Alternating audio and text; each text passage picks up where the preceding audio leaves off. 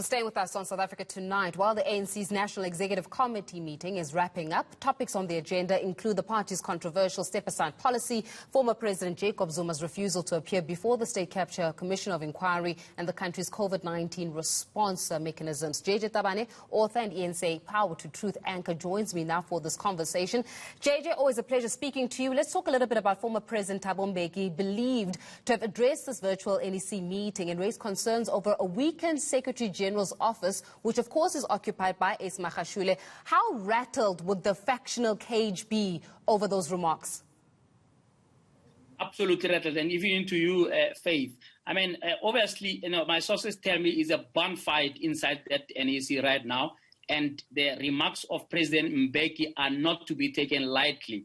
You'd know that President Mbeki, since he was fired in 2008, has kept a low profile in as far as commenting on domestic issues, including issues within the ANC, are concerned. If he does, he would do it in as diplomatic a fashion as possible. But every indication is that this weekend he was not so diplomatic, throwing down the gauntlet to the NEC to act in as far as the ANC Secretary General's office is concerned. And we know that he's talking about the man himself, because quite lately he has been, to put it lightly, an embarrassment to the movement, uttering things that are against, policy, uttering things that are against the decisions of the ANC. The latest one being how he berated MPs, for voting in what was an instruction of the top six to get MPs to actually get Parliament to investigate the public protector. We all know that the whole issue of the public protector is a proxy battle,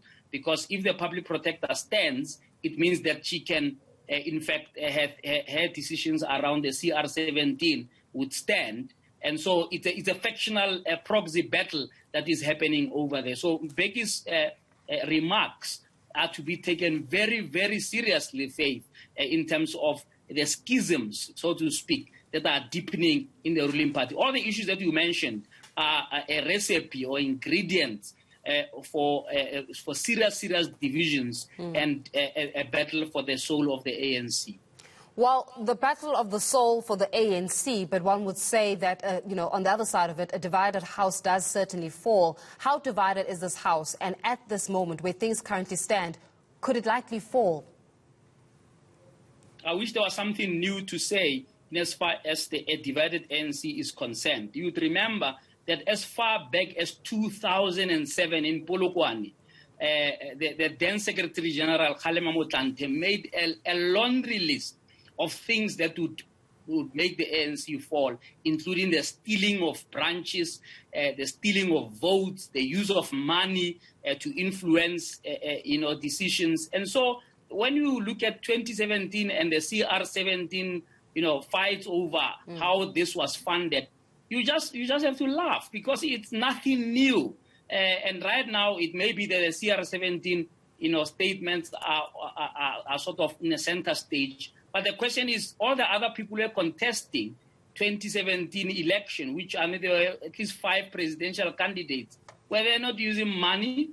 And so why is it that we shouldn't be opening up all the statements, including those who didn't make it, to see who wanted to influence that decision? So I'm just raising that issue as a big issue of division, because it's a question of saying, well, if you want me to step aside as Ace Magashule, you should also get your candidate to step aside. So the factional battles are brewing, and there's always a prediction of the ANC that's going to fall.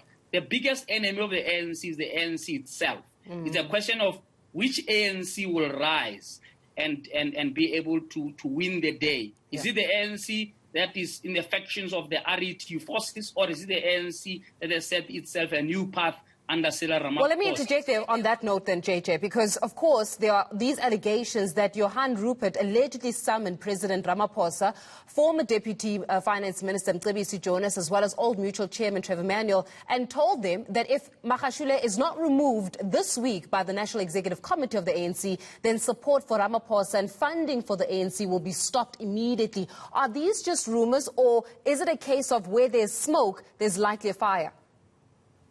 It sounds like thorough fake news. It sounds totally like a fabrication. Obviously, business is concerned. about what's happening within the ANC. But surely, for the president to be summoned and be told, fire the Secretary General, is absolute fabrication. I'll tell you why, Faith. Obviously, the RET forces, right, want to create any smoke and mirror they can find. Because can you imagine if it was true that the SG would be fired just because Rupert said so? Obviously, it would create all kinds of conflict within the ANC. So there are people who are set on creating smokes and mirrors. The reality is there is a resolution of the ANC that was passed as far back as Mangaung that says if you are accused of false, or rather of criminal conduct, you got to step aside. No Rupert's going to instruct anyone at this point to implement that resolution. That resolution is standing, and all of this fake news and it sounds exactly like how the Guptas tried to influence, through Bell Pottinger. It's exactly. JJ, I got you completely. Unfortunately, time is not on our side, and I have to ask you this question before we let you go. Is there a looming cabinet reshuffle? No, there's no looming cabinet reshuffle whatsoever. The cabinet reshuffle is always in the head of the president, and I can promise you now that if things are such that the president doesn't have the necessary gravitas at this point to reshuffle the cabinet. He has got to sort out the internal workings of the ANC. Once that dust is settled, then you can talk about cabinet reshuffle. It will completely be off on a tangent if he decides that in the midst of the pandemic, in the midst of all of the dithering of vaccination programs, then he decides to go and do a cabinet reshuffle. I doubt very much that there is any such plans in the next 6 months. JJ Tabane will leave it there. Author and eNCA's Power to Truth anchor.